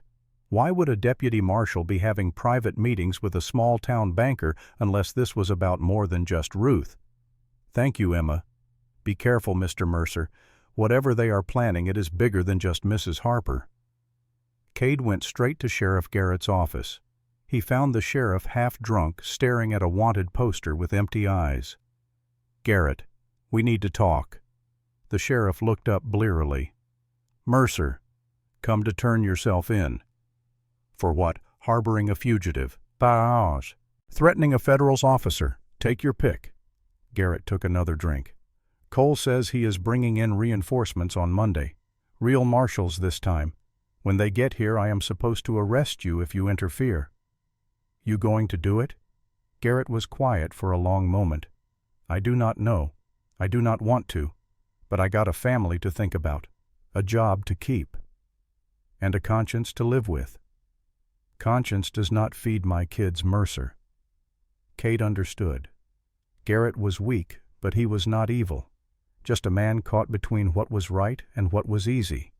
Like most men, he would probably choose easy. Tell me about the bank, Cade said. About Mr. Blackwood and Cole. Garrett's eyes shifted. What about them? They have been meeting, privately. Why? I do not know anything about that. You are a terrible liar, Garrett. The sheriff deflated. Look, I do not know the details, but I heard Blackwood talking to the land office agent last week. Something about foreclosures. About properties coming available soon. What properties? He did not say. But Garrett would not meet Cade's eyes. Cade felt ice form in his gut. My ranch. They are after my ranch. I do not know that for certain, but you suspect it. Garrett said nothing, which was answer enough. Cade left the sheriff's office with his mind churning. This was not just about punishing Ruth for crimes she did not commit. This was about taking everything Cade had built, his land, his livelihood, his future. The pieces started to fit together. Cole was working for Ruth's late husband's family, yes, but he was also working with the Blackwoods. And if Cade was arrested for harboring a fugitive, if he was tied up in legal trouble and unable to manage his affairs, the bank could call in his loans, could foreclose, could take Thunder Creek Ranch and sell it for a fraction of its worth. It was elegant, cruel, and entirely legal. Cade rode back to the ranch as the sun set behind the mountains. He found Ruth in the garden with Sam teaching him about the herbs she had planted. The boys' laughter carried on the evening breeze, sweet and innocent. Cade stood and watched them for a long moment. His son, the woman he loved, the life he had started to believe he could have again. He would not let them take this away, not without a fight. That night, after Sam was in bed, Cade gathered Jake and the other ranch hands in the barn. 6 men in total, loyal and tough. "I need to know if you will stand with me," Cade said. "On Monday, Cole is coming back with more men. If I resist, it could get ugly. Some of you might get hurt, might even get arrested. So I am giving you a choice. Stand with me or ride out now. I will hold no grudges either way." The men looked at each other. Then Jake spoke up. "Boss, I have been working this ranch for 10 years. You have always been fair, always paid us on time, always treated us like men, not hired hands." He paused. "If you say Miss Ruth is innocent, that is good enough for me. I stand with you." The other men nodded agreement, not because they particularly cared about Ruth, but because they respected Cade, because loyalty was a currency worth more than gold in this hard country. "All right then, here is what we do." Cade laid out his plan. It was desperate, risky, and probably doomed to fail. But it was all they had. Saturday and Sunday passed in tense preparation. Cade sent riders to neighboring ranches calling in favors, asking for support. Some agreed, others refused. By Sunday evening, Cade had 15 men willing to stand with him. Not enough to win a war, but enough to make Cole think twice. Ruth spent the weekend baking. It was how she dealt with stress, losing herself in the familiar rhythms of measuring and mixing. The kitchen filled with pies and cakes and breads, more than they could possibly eat. "What are you going to do with all of this?" Cade asked. "I do not know. Maybe it is stupid, but I need to do something with my hands." She shaped another loaf. "If I stop moving, I will think, and if I think, I will fall apart." Cade came around the table and wrapped his arms around her from behind. "We are going to get through this." "You keep saying that." "Because I believe it." Ruth leaned back against him. "What happens if we lose? What happens to Sam?" "We will not lose." "But if we do?" Cade turned her around to face him. "If we do, then Sam will know that his father fought for what was right, that he did not back down from bullies, that he protected the people he loved." He cupped her face in his hands. "That is not a bad lesson for a boy to learn." Ruth kissed him then, not gently or carefully, but with the desperate intensity of someone who knew time was running out. Cade responded in kind, pulling her close, trying to pour 3 years of loneliness and longing into one moment. When they finally pulled apart, both were breathing hard. "I love you," Ruth said. "I should have said it before, but I love you." "I know. If this goes badly, it will not. But if it does, I need you to know.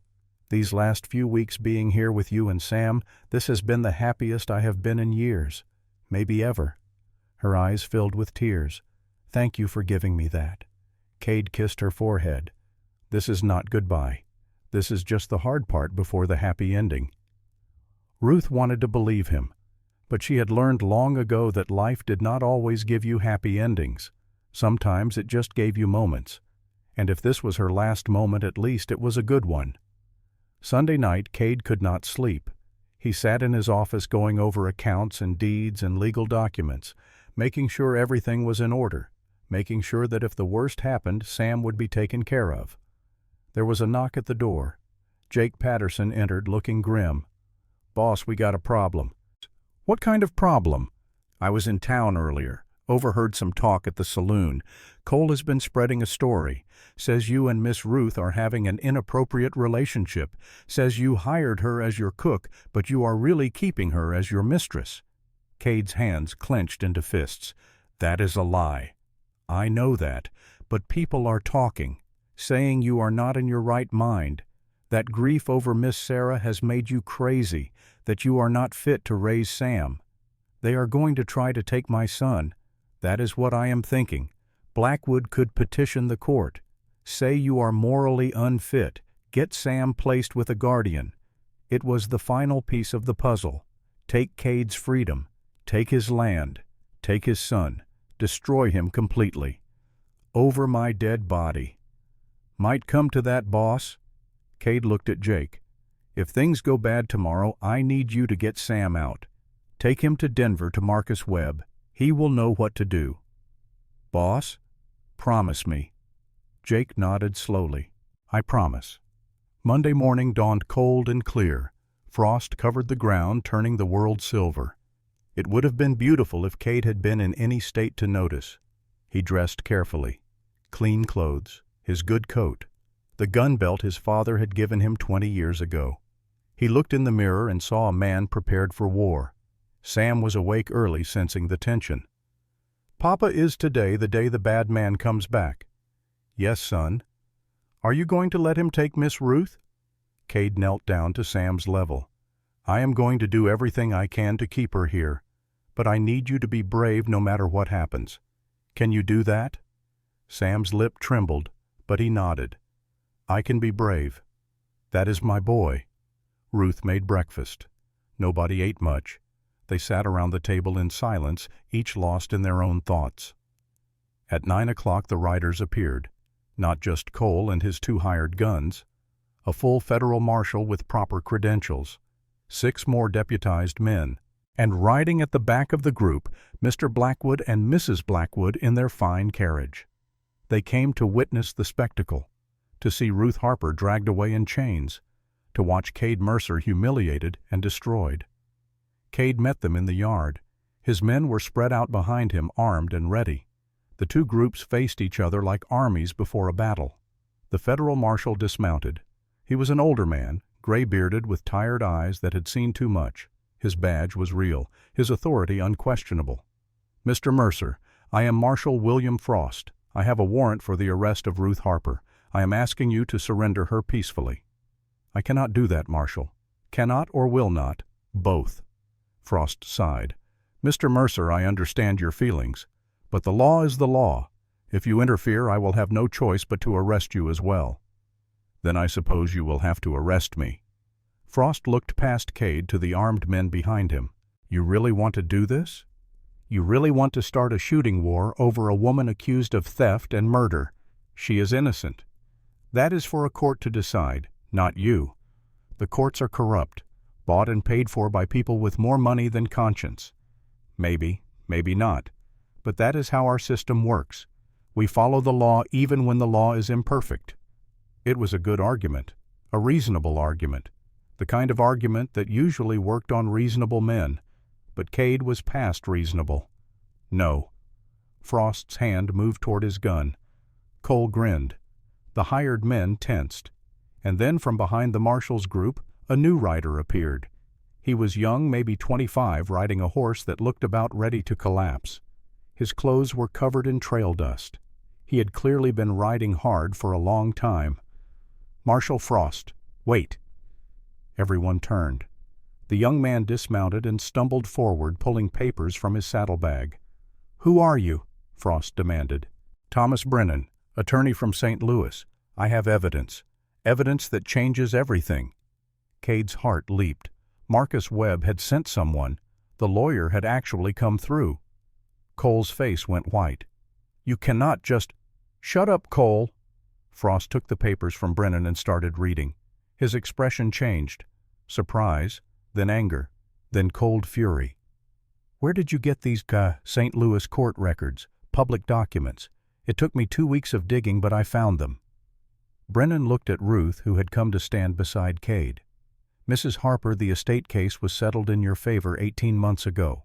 The court ruled that your husband's family had no claim. All charges were dropped. The warrant for your arrest should have been vacated." "Should have been," Frost growled. "Someone kept it active. Someone with enough influence to manipulate the system. Someone who wanted Mrs. Harper to believe she was still wanted, still in danger." Brennan pointed at Cole. "Someone who was working for the family and had reasons of his own to keep her running." Frost turned to Cole. "You want to explain this?" Cole's mask of authority crumbled. "Those documents are probably forgeries. You cannot trust—" "I can verify them by telegram within the hour, but looking at your face right now, I am betting they are real." Frost's hand went to his gun. "Harrison Cole, you are under arrest for fraud, impersonating a federal officer, and abuse of legal process." "You cannot arrest me. I have done nothing wrong." "You falsified evidence. You enforced a dead warrant, and I am betting you took money from the family to do it." Frost gestured to his men. "Cuff him." Cole tried to run. He made it 3 steps before Frost's deputies tackled him to the ground. They dragged him up fighting and cursing. "This is not over," Cole shouted. "Blackwood will—" He stopped, realizing what he had just said. Frost's eyes narrowed. "Blackwood as in Mr. Blackwood sitting in that carriage over there." Silence fell like a hammer. Mr. Blackwood tried to look innocent. "I have no idea what he is talking about." "Really?" "Because I am suddenly very interested in why a deputy marshal would be having private meetings with a small-town banker." Frost turned to Cade. "Mr. Mercer, you have anything to add to this conversation?" Cade pulled out the forged documents Cole had shown him on Friday. "He brought these to my ranch, claimed they proved Mrs. Harper's guilt, but they are fake. The signatures do not match, the dates are wrong, and I am betting if you look closely you will find they were prepared right here in Silverbrook, maybe even at Blackwood's bank." Frost examined the documents. His face grew darker with each page. "Mrs. Blackwood," he said quietly, "would you and your husband please step out of the carriage?" Mrs. Blackwood looked like she had swallowed a wasp. "Marshal, I hardly think—" "Now." They climbed out. "Mr." Blackwood was sweating despite the cold. Mrs. Blackwood maintained her dignity, but her hands trembled. "Cole came to you with a proposition," Frost said. "It was not a question. He said he was hunting a fugitive, but he also said he could help you get something you wanted. What was it, the Mercer Ranch?" "That is absurd," Blackwood blustered. "We have no interest in—" "Save it," Frost gestured to his men.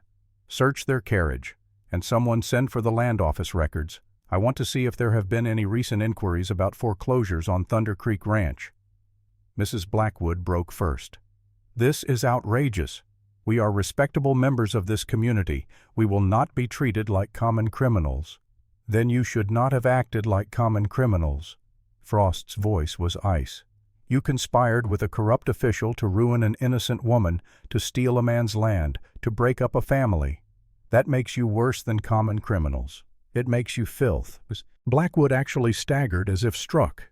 Around them the crowd that had gathered to watch Ruth's arrest now watched the Blackwoods' humiliation. Miss Emma Chin stood at the front, her face showing grim satisfaction. Doc Wilson was there too, shaking his head in disgust. Even Reverend Morrison looked appalled. The town had come to see justice served. They were getting it, just not in the way they expected.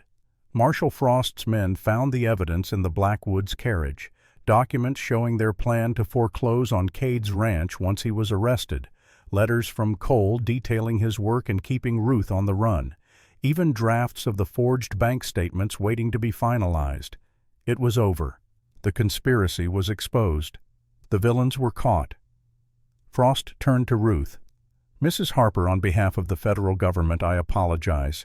You have been terribly wronged. The warrant against you is vacated. You are a free woman." Ruth did not move, did not speak. She looked like she could not quite believe what was happening. Cade took her hand. "You heard him. You are free."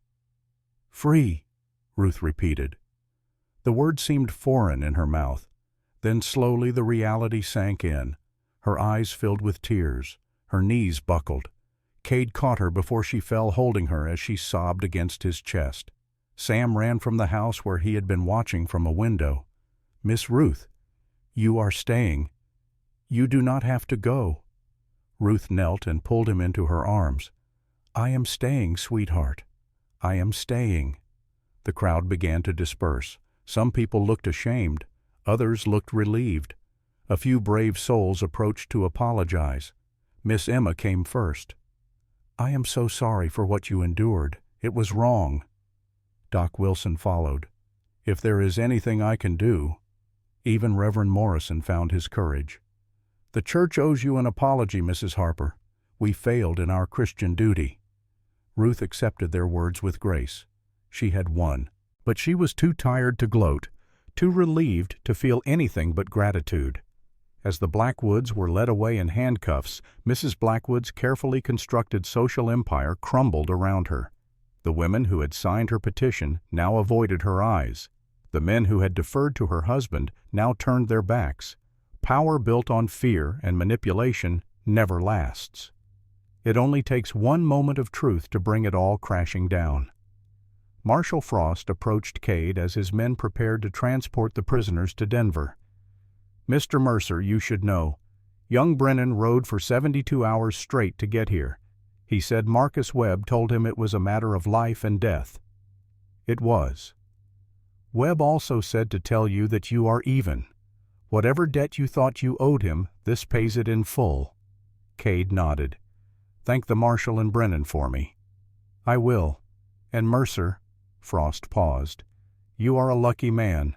Not many people get a second chance at happiness. Do not waste it." "I do not intend to." That evening, after the excitement had died down and the last of the well-wishers had gone, Cade found Ruth in the kitchen. She was baking again, but this time the frantic energy was gone. She worked with calm, peaceful movements. "You are making a cake," he observed. "A celebration cake. We earned it." Cade leaned against the doorframe and watched her work. "I have a question for you." "Ask." "When this is all over, when the dust settles and life goes back to normal, what do you want to do? Do you want to open a bakery in town? Do you want to keep working here? Do you want something else entirely?" Ruth looked up from her mixing bowl. "What are you really asking, Cade?" "I am asking if you want to stay, not as my cook, not as my employee, but as my wife." Ruth set down her spoon very carefully. "That is quite a question. It deserves quite an answer. Are you sure, really sure, because people will talk. They will say you are marrying beneath you, that I am not good enough, that I am only after your money. Let them talk. I stopped caring what people think about 6 weeks ago when I hired you over everyone's objections. And Sam, have you thought about how this will affect him? Sam adores you. He has been asking when you are going to be his real mama for the past 2 weeks. Ruth's eyes filled with tears again. He has, every single day. She wiped her eyes with her apron. I am a mess, Cade. I have nothing to bring to this marriage except debt and scandal and a trunk full of recipes. You brought me back to life. You saved my son. You filled this house with warmth and light and hope. Cade crossed the kitchen and took her flour-covered hands in his. You brought me everything that matters. Everything else is just details. You are going to regret this.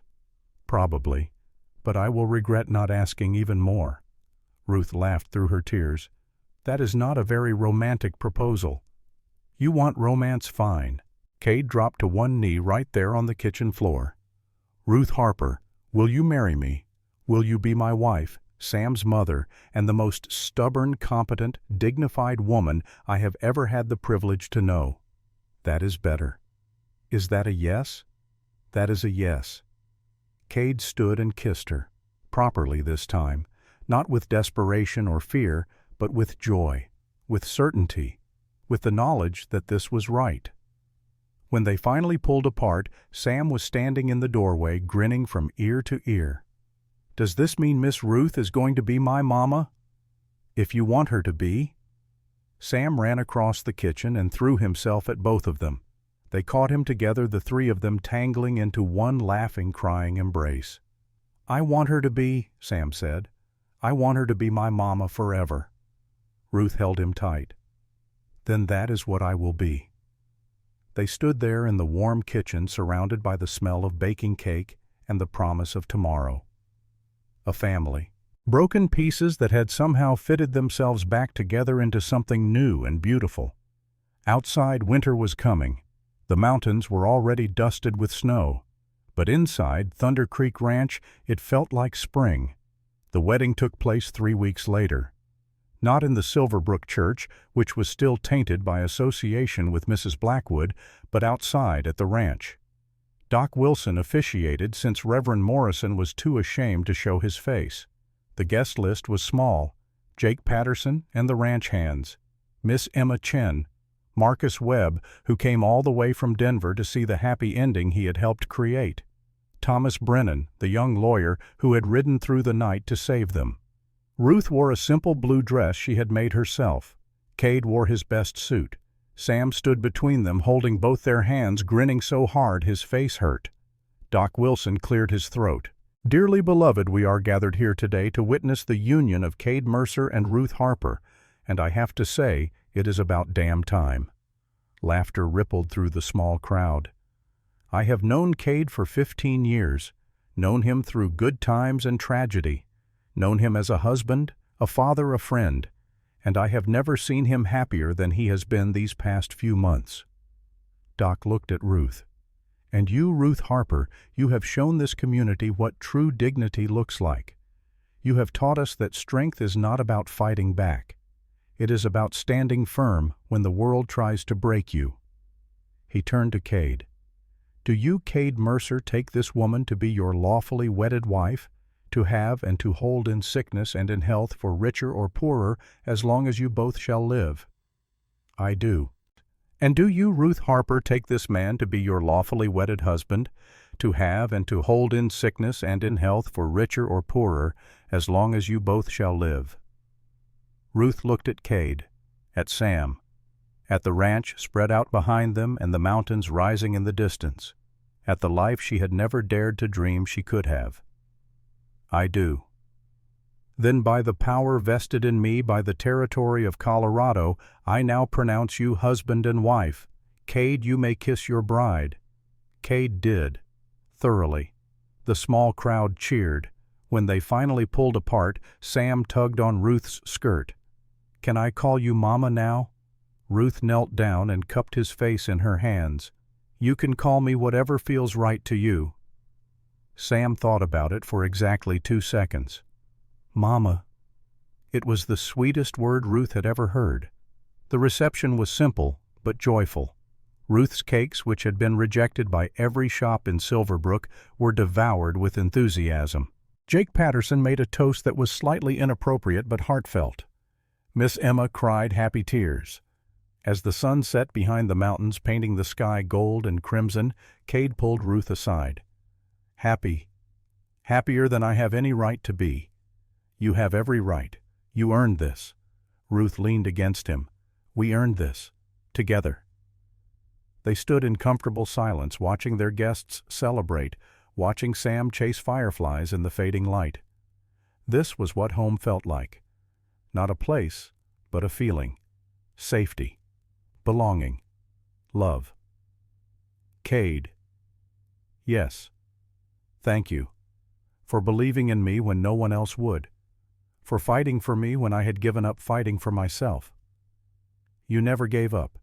You just needed someone to stand beside you. I am glad it was you. So am I." In town, the aftermath of the scandal continued. Mrs. Blackwood's church committee dissolved. Half the women who had signed the petition made quiet donations to charity in Ruth's name, trying to atone for their participation. Mr. Blackwood's bank was investigated and found to have multiple irregularities. He would spend the next 5 years in federal prison. Harrison Cole received 10 years for fraud and corruption. In his cell, he had plenty of time to regret the day he decided to bend the law for profit. The Blackwoods' fall from grace was complete and permanent. Evelyn Blackwood left Silverbrook 6 months later, moving to San Francisco, where no one knew her shame. She died alone 15 years later, forgotten by the society she had once ruled. Justice, as it turned out, had very long arms. But at Thunder Creek Ranch, life moved forward. Sam grew tall and strong, his childhood illness a distant memory. He learned to ride and rope and run the ranch alongside his father. He also learned to bake, spending hours in the kitchen with Ruth, mastering the recipes from her mother's journal. Cade's ranch prospered. With the threat of foreclosure gone and his reputation restored, he expanded his holdings. He became one of the most successful ranchers in Colorado, respected not just for his business acumen, but for his integrity. Ruth opened a bakery in Silverbrook 2 years after the wedding. She called it Sarah's Kitchen, naming it after Cade's first wife, in a gesture that honored the past while embracing the future. It became famous throughout the territory for its German pastries and healing teas. Women came from miles around, not just to buy bread, but to seek Ruth's advice on herbs and remedies. She never forgot what it felt like to be desperate and alone. So her bakery became a place where outcasts could find work, where women running from bad situations could find help, where kindness was given freely to anyone who needed it. And every Sunday the Mercer family attended church together. Sam between his parents, all 3 of them sitting in the front pew that had once been denied to Ruth. Not as a statement of pride, but as a quiet assertion that they belonged, that they had earned their place through trial and triumph. Years later, when Sam was grown and had children of his own, he would tell them stories about his mother, about how she came to them as a stranger and became the heart of their family, about how she taught him that worth is not given by others, but earned through character, about how the best things in life are worth fighting for. And he would take down the old leather journal, the one filled with recipes and careful German script, and teach his own children to bake. Passing down not just food, but wisdom, not just techniques, but love, because that was Ruth's true legacy. Not the cakes and pies and breads, though those were excellent, but the understanding that every person has value. That dignity cannot be taken, only surrendered. That love, when it is real, is worth any price. On warm summer evenings, Cade and Ruth would sit on their porch and watch the sun set behind the mountains. They would hold hands and talk about their day and plan for tomorrow. Sometimes they spoke of the past, of the trials they had endured. But mostly they talked about the future, about grandchildren and harvests and all the ordinary blessings of a life well lived. "Do you ever regret it?" Ruth asked one evening. "Choosing me? Taking on all that trouble?" Cade squeezed her hand. "Every single day." Ruth swatted his arm. "You are supposed to say no. I am supposed to tell the truth. And the truth is, I regret nothing, not one moment, not one fight, not one second of doubt." He pulled her close. "Marrying you was the smartest thing I ever did. Well, second smartest. Hiring you was first. You are impossible. You love me anyway." "I do. God help me, I do." They sat in comfortable silence as the stars came out one by one, filling the Colorado sky with light. Inside the house they could hear Sam playing with his children, laughter and footsteps, and the sounds of a home filled with love. This was the happy ending. Not perfect, because life is never perfect, but real, earned, true. And in the end, that was all that mattered.